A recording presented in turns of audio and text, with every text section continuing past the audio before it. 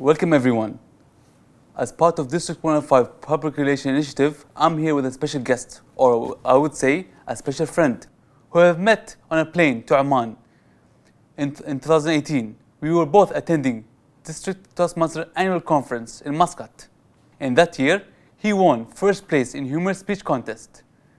Later on, in 2019, he took part in evaluation speech contest and reached up to division level. And in this year, 2020, he competed in the international speech contest. He went through club, area, division, district, and qualified in regional level to be among the contestants in the semi-final of the International Toastmasters Convention, also known as the platform of the world champion speakers. Let's all welcome Toastmaster Samir Al-Jabri. Hadi, thank you very much for this beautiful introduction. And it's my pleasure to be here, and it's my pleasure to be talking to my friend, actually, and not even that. So thank you very much for having me. Thank you, Samir. Now, let's start with the first question. What was the reason, or what was your plan when joining Toastmasters? The plan to join, it was not a plan. I didn't have a plan, to be honest. That is actually the real truth. I was invited to an event. And I didn't know what was this event. I didn't know that it was a Toastmasters event. But I saw an email that had basically the poster, and I've seen a face that was very familiar. I'm like, I know this face. And he was someone they're bringing to speak. And that person was Mohammed Al-Qahtani. Mm-hmm. And I was like, I've seen this guy speaking on a video, and he was really great. Like, I really like this guy. And because he was there and he's going to give a speech, I was like, I'll go attend this event. And it was an event held by Kafa'at Toastmasters Club. So I went there, and Mohammed Al-Qahtani and Mohammed Murad was there, and both of them, they gave the speech, and I was like, that's really amazing. Like, I liked what they did on stage. And of course, the next thing, as any event, they did the table topics, and I was pushed by two random people that I don't know. And they just pushed me to go and do table topics. I went on the stage. I gave it the best shot that I can. And it was just a fun experience with everyone. And everyone is trying table topics for the first time. And it just happened to be that I took the first place at that time. And once I finished, it was just like everyone came up to me, and you know how it is with Toastmasters, and everyone, like, they're very excited, and everyone, and I was like, and pushing me, and I was like, what is these guys? Why are they like this? And they're like, hey, you should join our club, you should start doing Toastmasters. And I'm like, it sounds fun. Like, you know, I would like to know more about it. And the journey started from there. Once I joined, and I knew that this is the path that Mohammed Al-Qahtani took, and he was actually a guy that I really looked up to him. So I remember the day when I won the first place in the table topics on that day. Mohammed Al-Qahtani came and he gave me the trophy for winning the first place in the table topics. And I was like, you know, shaking in his hand, and I said, one day I'll reach where you reached. Wow, so basically that was your plan, to reach where he reached. Well, after all that time, I didn't have a plan, but when I shook his hand, I was like, one day I will reach where he reached. And that was, from that moment, that was my plan. Okay. So 2020 came, and you have known that the contest will be held in Lebanon, let's say, for the first time. Yes. Was it your plan to be competing in that? In all honesty, in 2019, I mean, from that moment, I wanted to compete. So basically, 2018, I just, like, literally just joined Toastmasters, and then straight away I went into the competition. So I didn't finish any of my projects. So and the club and everyone around me, the members, they've nominated me and pushed me to do humorous, and it went very well. They've seen something. Okay. So it went very well. And then I was like 2019. 2019, it was very busy professionally for my work. It was a very busy year, so I couldn't really finish my project. Therefore, I had to go for table topics and evaluations. I'm like, I will be competing. Okay. I can't do international, but I cannot let this year go. So I did 2019 evaluations and table topic, reached to the division. But my real focus was international. So I took that year to prepare so I can compete in 2020. Now in 2020, it was announced that it was in Lebanon. In all honesty, it was it was great, but at the same time, I felt, I don't know, because you know at that time we were not allowed as Emiratis to travel to Lebanon, true. and I was like thinking, you know, what if I reach to the district? You know, what's gonna happen? You know, I will not be able to go to Lebanon. No. But then I was like, you know what? I'll just give it the best that I can. But later on, it moved to Abu Dhabi. Now, when it moved to Abu Dhabi, that's completely changed the game for me. I went full power, full on. It's because at the beginning I was like, you know, I'll prepare for it and see what comes out of it. Okay. But then things have changed, and it came to it came back to us in Abu Dhabi, and that's when I went like full power. Full power. So basically, that's what motivated you to do the contest and take part in the international speech contest. Yes, 100%. I wanted to make sure that I'm gonna give it all of me and just do my best, really. And that's my aim from the beginning. I always wanted to reach to that international stage. You know what's funny is at the beginning, you know, at the end of the year and the end of 2019, I've put a list of my New Year resolution. Okay. And I was like, okay, number one, I want to start doing yoga. Number two, I'm going to start dieting and eating healthy, hitting the gym. Wanted to reach to compete in international and reach to DTAC. But I'm sure the audience have something else they want to ask you. Are you still single? Yes, I am. That's it. I was like, until I give my very final speech in the international stage, and then I'm gonna break the spell. You know, like it's not gonna happen. Okay. So you have made a plan that you want to compete in the international speech contest. Yeah. What preparation or how did you come up with your speech content? Well, I mean, at the very beginning, I think I've learned something from my previous experience in DTAC 2018. And that was one of the very first lessons, because I just joined Toastmasters, and that was one of the very first lessons that I learned in this journey. And I was working with my mentor, Razlan, and we sat down thinking of, okay, so what am I gonna talk about? What's the topic? And she just told me, it's your speech, so you gotta think about it. I'm like, oh, what am I gonna speak? You're my mentor, you should tell me. And she's like, no. It's your speech, you're gonna think about it. So for like 3 days, I don't know what I'm gonna speak about. I don't know anything. And I'm just thinking, we're just sitting like this, sipping coffee, and we're just sitting. We don't know what am I gonna speak about. And the competition was like a week after, and I don't have anything. And then at some point, that's the lesson that I learned, is that I've been talking, and then I said something, which is my story at home and the pressure that I'm facing because of this whole marriage thing. And then she's like, that's the topic. Okay. The first thing they said is like, no, I'm not speaking about this. Wait, like, where's me? No, I'm not talking about this. And she's like, no, this is exactly what you're going to speak about. I'm like, no. So she started convincing me. And then after maybe 2 hours, I got convinced.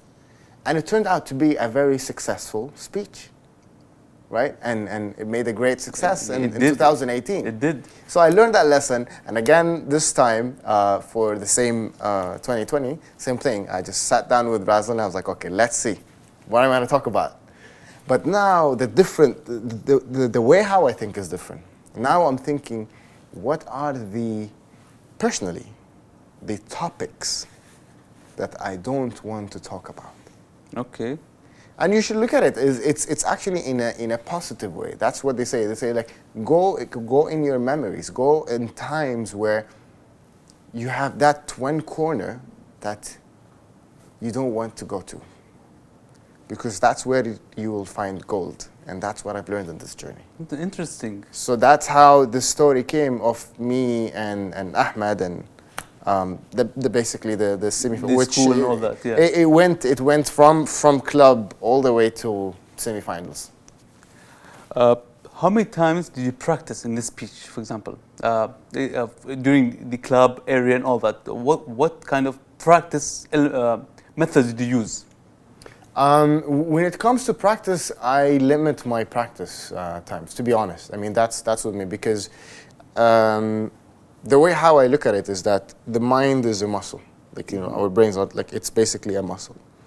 And the more you overwork it, just like you're going to the gym, the more it's gonna get tired. And when you actually need it to perform, you're gonna get tired. So that's what I have built in within me. So what I do is usually after I have the speech ready, I try not to even practice it till I am very much happy with the structure of it. So I have the speech and I'm very happy with it. Before that, I don't start memorizing or doing anything. I just like to complete it, draw it, make it look good, and then I start memorizing it, internalizing it. Okay. Physical practice, I limit it to five times Okay. maximum a day. And the physical practice comes at the end, or at the end of your preparations, or in the middle? At the end. At the end. At the end. So at the end, and then I will keep one day off, just before the speech. That day I'll probably do it very minimum, just one or two, and then the rest is just relaxing and doing something that's very relaxing for me, because it's all about for me it's all about the kind of the mind piece that you are in. That's the most important. So I just relax, make sure that I've internalized it. I can think about it, Okay. but I don't physically practice it, because if you see me practicing the first 2 times, they will be really good, and then the more I do it, you will see me not performing. Now, as you said, that speech that you've chosen, when you went from club, area, division, district, was there any particular difference that you do on your speech or on the script? Oh, the title. The title never stayed the same. It kept on changing. I think it was like I'm Human, Samir 2.0, and yeah, until the very end, it was called Psst. Yep. Yeah, That's on the international, yeah. Yes, But for the CV. that CV title, but part. what about the content of the speech? Did it change a lot? Yeah, or- so the body of it was really similar. I mean, it didn't change much. But what was really changing, and I worked along with my mentors, Razlan and Abraham, moving from the club, really, from the club to area to division. What we were working on mainly to kind of sharpen and find the message. Because you see, Hadi, when you have a story, you can have any story, and out of that story, you can have different messages, right? And you will notice, whoever saw my speeches from the beginning, you will notice that sometimes that one story had 2 messages, sometimes even 3, right? It's the mistake, it's never look back, it's kind of like different takeaways, different angles and different takeaways. So as my speech was progressing all the way till we reached to the semifinal, what you would notice in the speech is that at the very end in the semifinal, the speech was super sharp and very direct. Like, you know exactly from the first word that I speak, from the first incident when I was in the car, I was with my father, all the way till the end, it makes sense. It's all connected and the message is clear. Because sometimes with all this enthusiasm and wanting to make those speeches strong, you can, miss that a little bit, and you don't see that message. And of course, with the different feedback that I was getting from everyone, I was able to shape it and make it more sharpener. So you would notice now in all the different speeches, the end, mainly the conclusion, because remember, people are always remembering what? The start and then your conclusion. And the start is connected to your title. So people will always remember that title and the beginning, and most importantly, your conclusion. Okay. So the conclusion needs to be really kind of, I call On it point the and strong. goosebump effect. Yeah, Like, okay. when you give it to them, it's just like, whoa, that's it. Right. Let's say from the club level, the contest, to the area level, it's all physical. But later on, due to the pandemic, it moved to virtual contest. What challenges did you face? That changed the game for me. That changed the game. And I think you're the best one who knows about this already, so I'm going to tell them now this story. So I was very excited. As you probably know, I was very excited that, we started the international, in the international category, and I'm like, yeah, I'm competing, yada, yada, everything was good. And then, the pandemic hit, and suddenly it's online. And all honesty, the first thing that I said to myself, I'm like, I'm just gonna drop this. I can't. this is, to me, is not public speaking. I mean, public speaking, I'm speaking to people. Now I'm speaking to a laptop. It's like, that's not public speaking. I don't want to do this. And to be honest, I was gonna just drop it. Until yourself, you came, and you remember that probably. So you came and you've changed things to me, to be honest, by simply just asking one question: do you want the people to know you as a loser because you just dropped it? And I was like, no, I'm not gonna drop it. I'm gonna do it, whatever it is. I'm gonna finish it. So then I started. Now, challenging, to be honest, it was challenging because we're programmed to speak to people, to audience, physical, using the stage. There's so many different elements. Looking at, the eye contact at the different people, moving on the stage, your body language. There's so much space in there. It's a complete different medium now, and a complete different challenge, thinking of looking to the camera. Your stage, your floor is way much smaller. I've learned a lot about internet speed, about different lights that I need to use in the room, and cameras. It completely changed the game. And that was the challenge, kind of moving from the experience of being on the stage and interacting. Like, imagine this, Hadi. You're giving, and you know how my speech, I like to be adding a lot of humor in it. True. And that was the challenge, because I throw, like, let's say a line, a joke, I I don't know if they're laughing or not. And I cannot tell if it was a good one or not. And I cannot tell how much silence do I need to give. Because on a stage you can tell that, okay, they're laughing. But now I can't tell. So I just need to guess. And I need to guess that you're laughing, but I don't know if you are laughing or not. So it was challenging. It was challenging. Okay, that's the challenging part that you face. But what about the positive things of going to virtual? Because the audience would like to know that, okay, you have those challenges, but what later on made you or helped you? Looking at the positive side, to be honest, it did help. It did help because, working with my mentors, Abraham is on one side, Razlan is on one side, yourself, you were there from the very beginning, from the club level. The easiest thing was like, I can put you, Abraham and Razlan all at the same time in 1 minute. All I need to do is just call you, are you free now? All right, let's do it now. And we all jump into a Zoom call, and here I am. That's the beauty of having the virtual life. Now remember, back then, my mentor would have to be physically seeing my performance on stage. So like physically do the performance or do the practice and the rehearsal in front of them.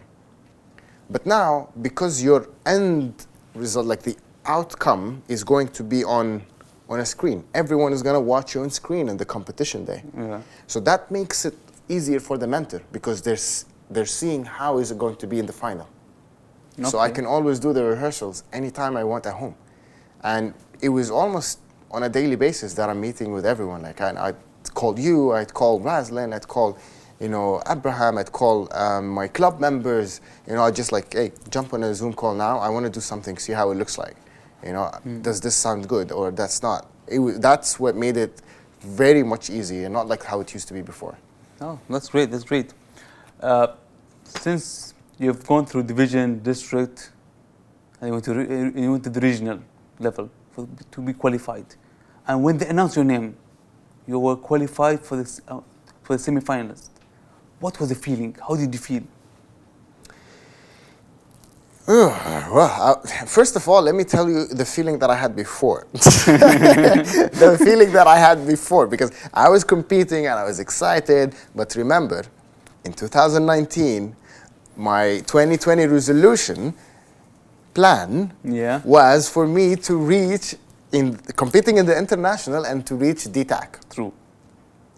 So when they announced my name in DTAC that I won the first place, I was like, oops. That's done. Oops, that was not part of the plan. That was not part of the plan. So it was pressure, because it's not about me. Like I've ticked my box. I did the DTAC. Now I don't just carry myself. It's the district, it's the division, it's the area.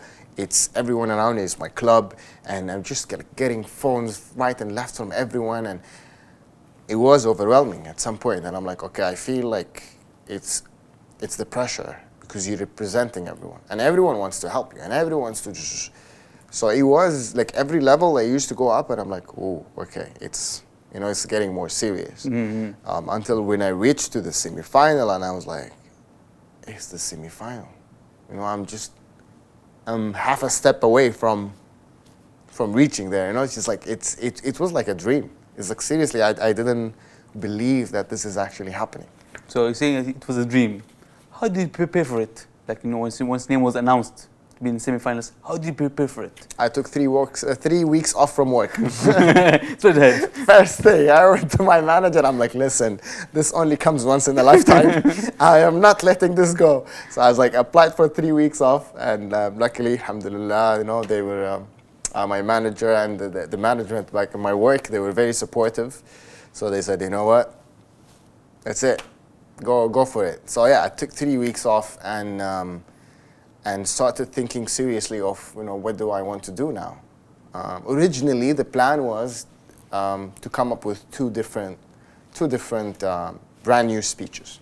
Okay. And I started working on it, and I had like probably 5 different speeches that I was working on. Interesting.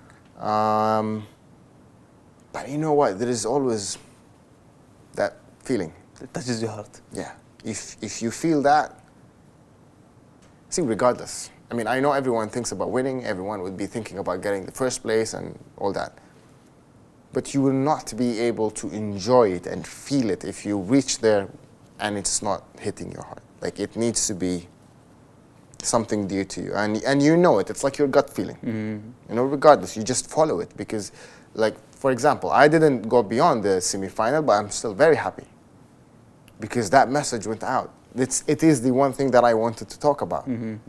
So it went well. So I had about 5, but going back, I spoke to everyone. By the way, at that point when I reached the semi-final, I started talking to everyone, and I reached to everyone. I started with in here with Abraham Raslin, yourself, and then I went beyond to Mohammed Al-Qahtani, then Anjay Prez, Mark Brown, Craig Valentine. I reached to everyone because I wanted to take as much as I can and then give it the best of me. Okay. So out of that big communication mess that I did, I figured out that it needs to be something that I feel it. And for me, I was like, if it took me from club till this stage, it means there's something in there. So that's why you've chosen the same speech to give it out in the semifinals? Yes. Oh, I said, if it took me from the club and it's the same speech and it touched a lot of people. And I've got a lot of people during DTAC, it was, and during the club, and they were telling me that how much they felt inspired from a very simple story of a kid cheating in the school, which has a metaphor of everything that's what we're doing now. True. Like it's not just a schoolboy story. At some point in one of the speeches I said it, it's not just a schoolboy story. It's more than that. As you were progressing to the semifinals, and you also have the speech, the same speech that you used. Now, what changes and what element did you focus on in preparing that speech? Body language a lot, because now we're speaking about the camera, right? And at some point, it went to the little details, very, very, very small details. Like you cannot probably listen. If you see the speech, the final speech, and let's say you see the DTAC speech, it's almost the same, but you'll just say that, wow, this speech is stronger. Right? Like you'll feel that it has something in it. And this is great, but this has something in it. It's all about the little details. And specifically because you're performing in front of the camera. So things of like making sure of the body language, everything is great, everything is sharp. The movement, like if I say, and he was always the first and I was the second. At some point I do that. Before it was like this hand was like this was up, this was down. And then at that level, everything is symmetrical. Everything is for the frame of what you see in the camera. How I use my voice with the microphone, with every point that I say. And then moving to the content, counting syllables. counting every word and making sure that even if it gives you the same meaning, but it needs to rhyme as well. Because at the end of the day, all what I created was a rhythm. True. All over the speech. Because at the end of the day, that rhythm, basically, it reaches your ears and heart without you feeling. So I made it more smoother. The content was stronger. And the message at the end was very, very, very specific. Which basically it was the metaphor of temptations in the last. Which is like we always get the temptation from everywhere. So it's not really about the whole school story only, but it's more of the temptation for us to do something wrong. Okay. And knowing that it's wrong.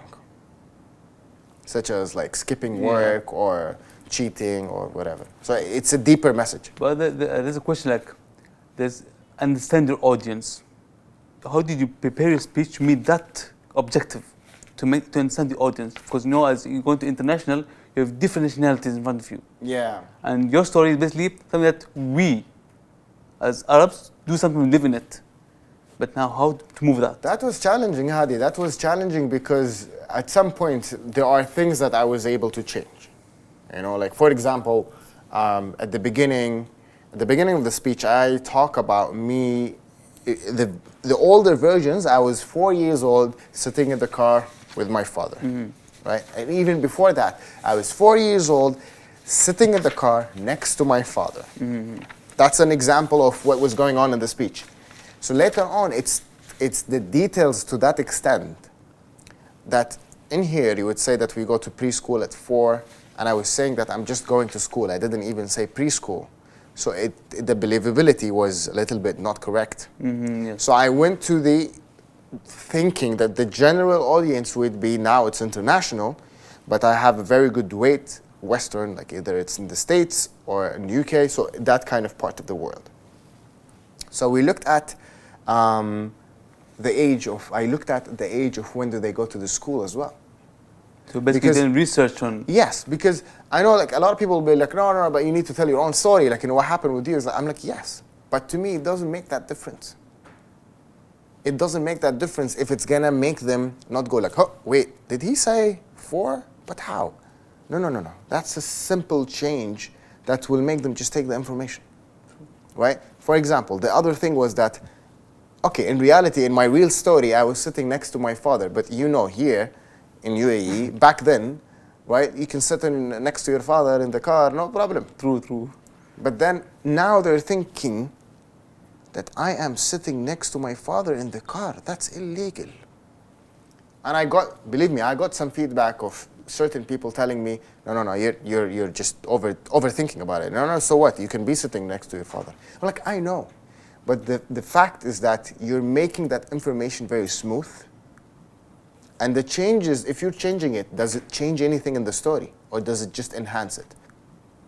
So the grades system in let's say in the States are different, but here they're different, like A, B, C, or 90, 30, 40. But this is one of the things, for example, that I didn't want to change. Because if I change it, it will change my perspective, how I look to the story, and it will change the flow of the story. It was about the numbers, to show the difference, and it had something to do with the story, so I couldn't change it. So even those numbers and those letters could have changed the whole story of your speech. Yes. Wow. For example, Ahmed, the name Ahmed, I thought about it as well, because now I'm giving my speech to an international audience, right? And the word Ahmed, it's a very Arabic name, right? Maybe they wouldn't know that it's a name. Maybe they would feel it difficult to pronounce it if they want to say, Ahmed or whatever it is, the reason. But specifically, I didn't want to change it because his character is real. He is a real person in my life, and his name was Ahmed. So if I change it, it will change the way how I will give the speech. So to me, it was a personal thing that no, I'm not changing the name just for the sake of the story. I'm keeping it as is. Maybe some others would change, but for me, I had that view as like few things that I was easy to change, and a few things I was like, no, I'm not changing. Let's go back to the mentors or people who've reached out. Now you have the distinguished Toastmaster Abraham and Toastmaster Razlan who helped you from the beginning. Yes. Now, how did they help you in this semi-final? And also, how did those people who've reached out, let's say the world champions, who've reached out, how did they help you? Did it help in this particular how to address the audience, international audience, or? Definitely looking at all the different parts. As I said, the speech from the beginning, when we kind of like, had a good feedback around it and build it from before even district, that was the core. That's when I actually had the main part of the speech done, right? And then moving forward, it was more of like kind of getting the different feedbacks from different people on how we can make it better. And the way how I took it, or how I worked in getting the best, is reaching to the semifinals. I wanted to, remember, this is the first time for me to reach to that level, right? And I don't know how it is in that place. I don't know how the international stage is. So I wanted to explore as much as possible. So reaching at that point, I didn't go with a specific, only one direct soil mentor, but I actually reached to everyone. I worked a lot with different, as I said, different names.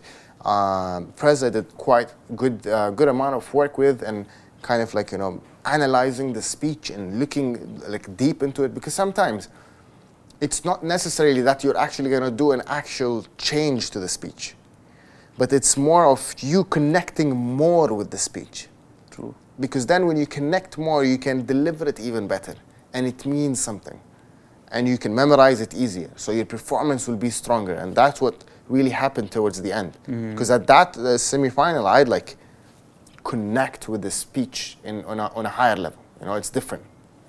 So for this speech, or for preparation that you've done for these semi-finals, or the practices, can you tell us like how did you practice this speech exactly?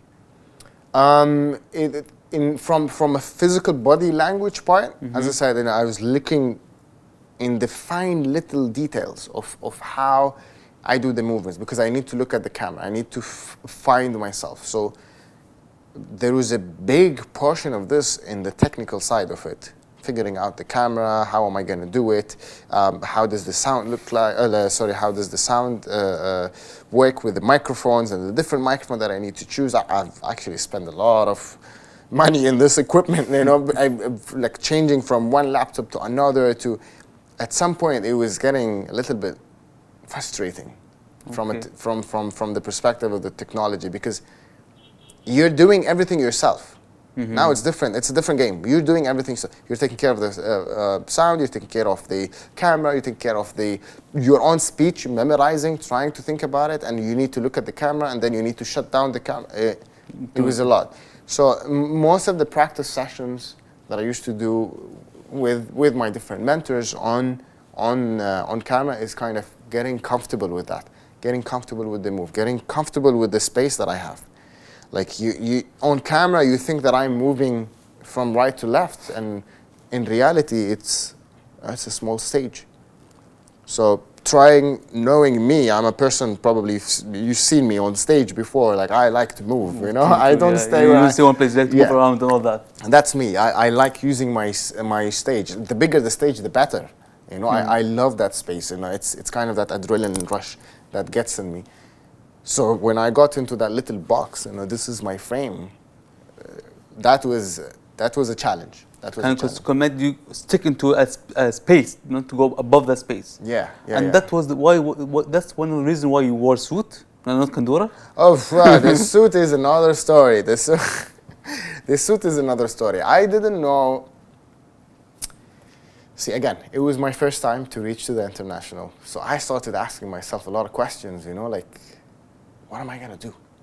So if it was physical, and I was out in Europe performing, would you wear a kandura on stage? Well, I was like, no. I want to blend with everyone else. I still have my identity, and I'm still loyal and everything, but I want to blend normally with everyone. And I started this debate, and talking to different people that I know. Like I had a little bit of chat. I remember at that time with Mark Brown and with Prez, and they were just like, listen.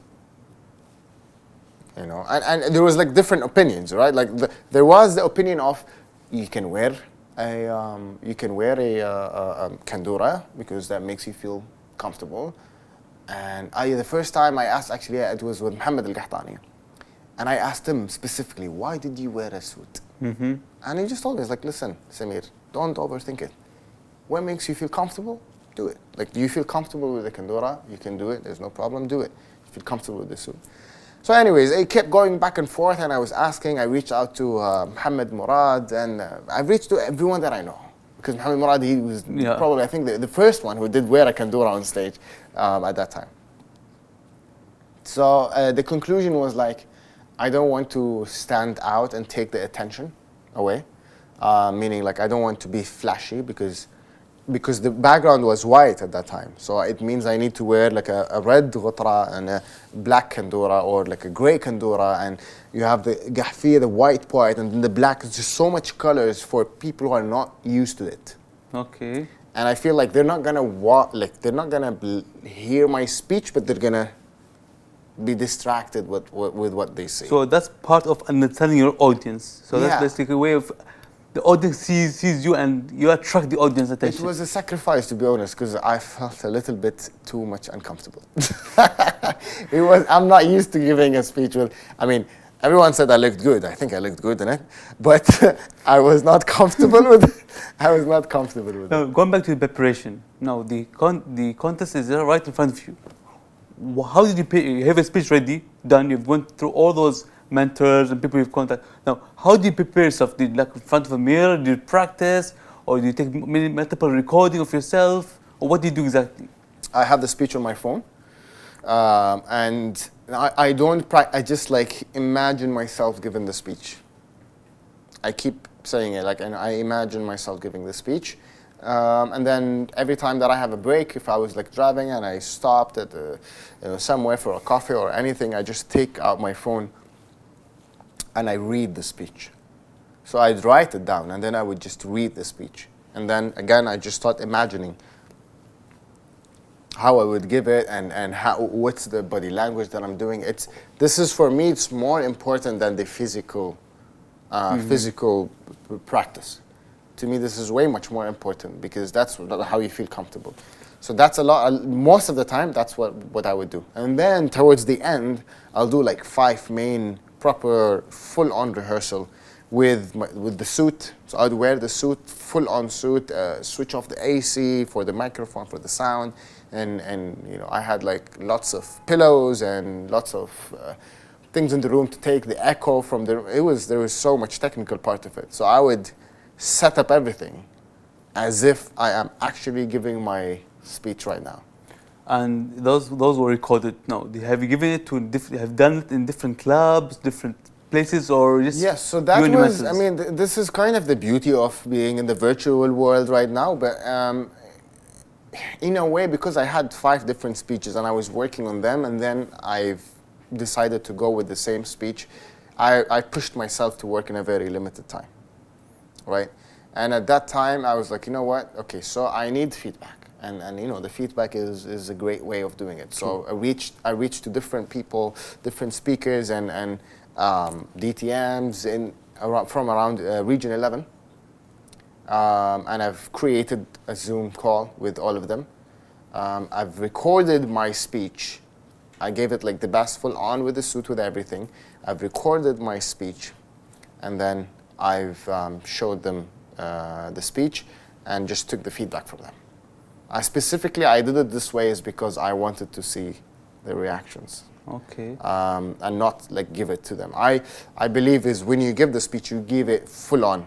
You cannot give it in an idea of this is a rehearsal. So basically, you kind of evaluated your own performance with that people who you've called in the Zoom, so you can see with the reactions on. Yeah, because remember, as I said, like you can't tell if you throw a joke or a line, like you don't know if how big of an impact was it, a ha or you can tell.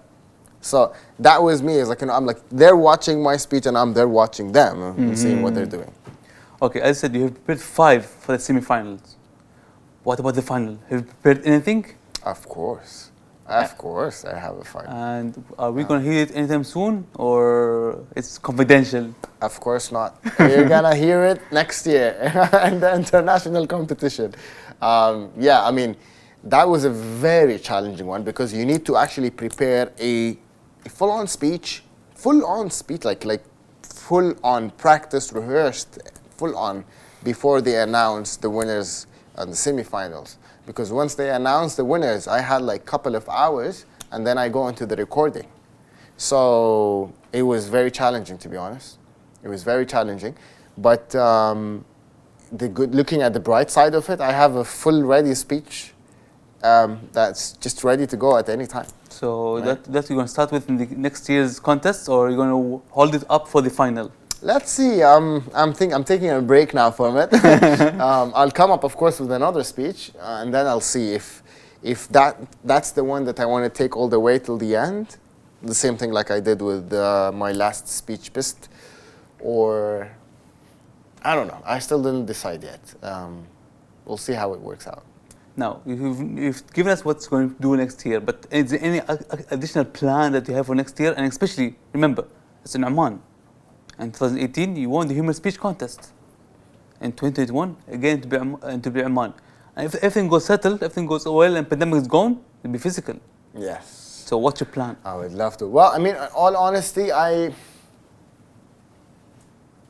the beginning, I had the idea of going for humorous. Okay. Just because I really enjoy the process of it. I enjoy it. I love it. So I don't know. Let's see. So far, I think it's gonna be the international, but maybe I'll go for humorous. I'll prepare something for humorous. So you're going to go again and run through the same process you've done last year to reach out to the international stage. Yes, definitely. Now, contest season is starting soon. What's your advice for the other members of Toastmasters? Like, what you would tell them? I'd definitely say that, okay, it really might sound a little bit cliche to some people, I have to say it, I have to be very honest.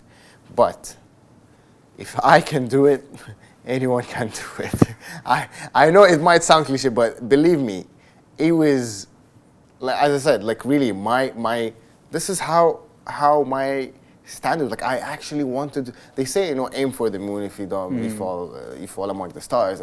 And mine was like DTAC. I was like, I hope and I wish I could reach DTAC.